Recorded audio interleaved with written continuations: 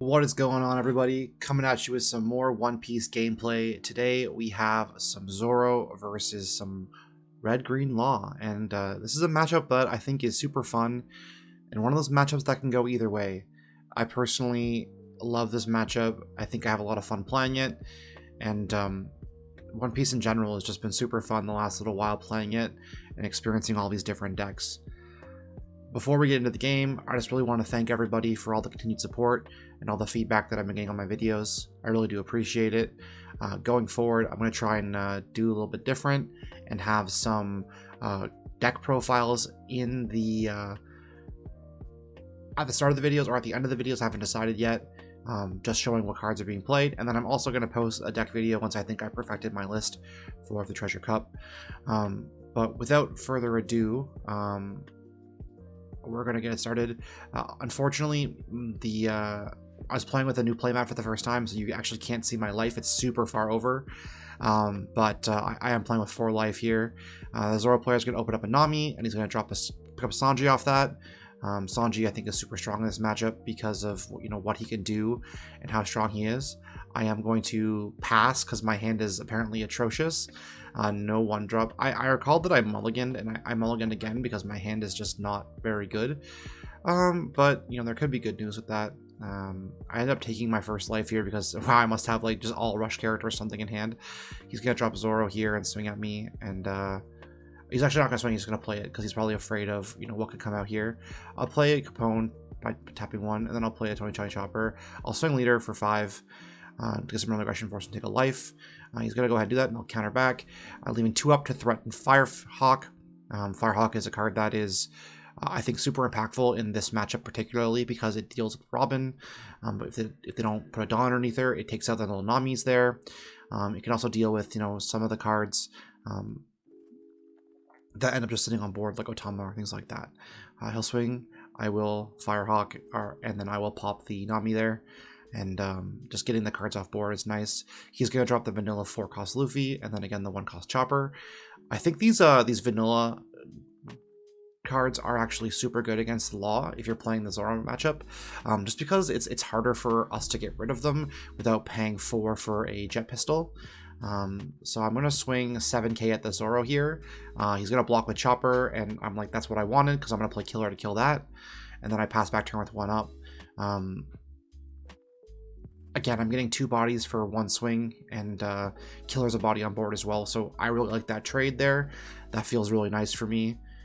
Getting 1 body at the price of, 1 body is super nice. So he's going to swing 6k at me with the leader. I'm going to counter with Otama. 2k counters are super duper important in this game, and I think the decks that can run more of them are just absolutely stronger. I will block that 6k swing because it is hard to deal with. If I don't, and he'll drop another 4k vanilla Luffy, and I believe this is from the film promo pack, and the reason why these cards are so nice is because they do have the 1k counter as well, and I know Zoro's traditionally like to play rush cards, but I think these vanilla cards are super duper good. I actually think that he's not playing the Sunikun, which is, I think, a phenomenal card. Being able to pay him for 1 and then have 2 Dawn to get him to 5k, 1 being under your leader, I think is super underrated. So if you do have Sunikuns, definitely gonna want to play those in your deck. I will swing 8 at the suspended Luffy here. I'm again putting my cards at awkward angles for him. I'm going to play Law to play Nico Robin here. To bounce for Nico Robin here, and this is just putting a blocker on board for me. And then I'm also threatening with my Nico Robin to pop whatever he puts on board next turn. So just threatening for, next turn here. I have 3 life left at this point. I've done a decent job of protecting considering the aggression that's come out. I'm just going to just go ahead and pistol my my Law, which is the right play. I think if you ever see a Law out there, you always pistol it. It's too good not to. And he's going to look at Sanji's effect, I think, and he's gonna activate it here, take 1 life. Which, isn't super great because now his Sanji's at, what, like 7k at this point. No, wait, 8k with the Zoro. And then he will, just divide up some Dawn here. He's going to put 2 more Dawn underneath the Zoro here. These are some really awkward swings for me to deal with. Unfortunately, just, 2 8Ks and then Another 8k is just super hard. I have to take that again, and then he swings again. I take all 3 of my life that I had left, and then I'll play a chopper for 1. So now I'm in a pretty dire spot here. He plays a chopper, and my Nico Robin can pretty easily deal with that chopper, thankfully.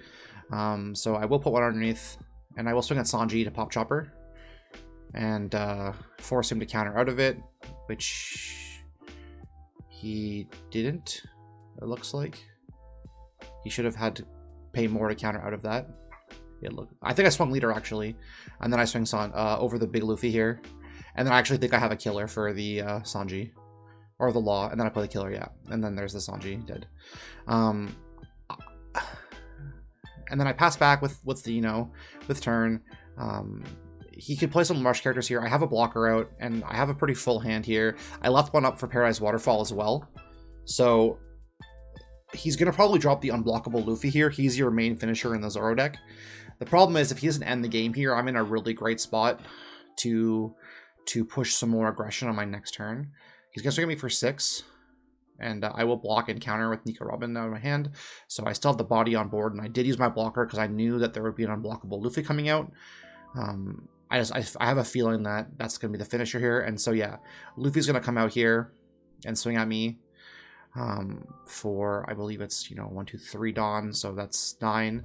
And so I have Paradise Waterfall in hand, but I'm just, I'm gonna have to scoop because I have no counters in hand at all. It's all like rush characters, I think. So it's super unfortunate. I could have Paradise Waterfall to unsuspend my blocker, but because it's unblockable, it wouldn't matter. And then I didn't have enough counter to get to 10k.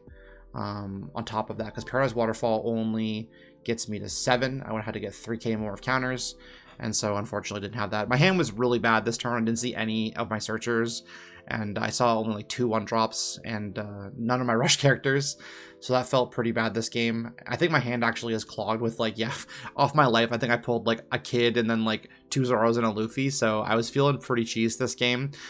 Since then, I've taken out all of the 8-cost kids because I think that they're pretty bad in this deck.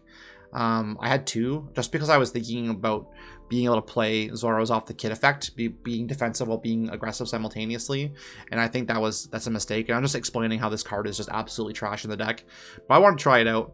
I've gone ahead and swapped him out for the 5-cost Law that restands, but you know, that's it for the game. Until next time, if you guys really enjoy the content, please make sure to like and subscribe to the channel. Again, I really appreciate all of your support. Monty out.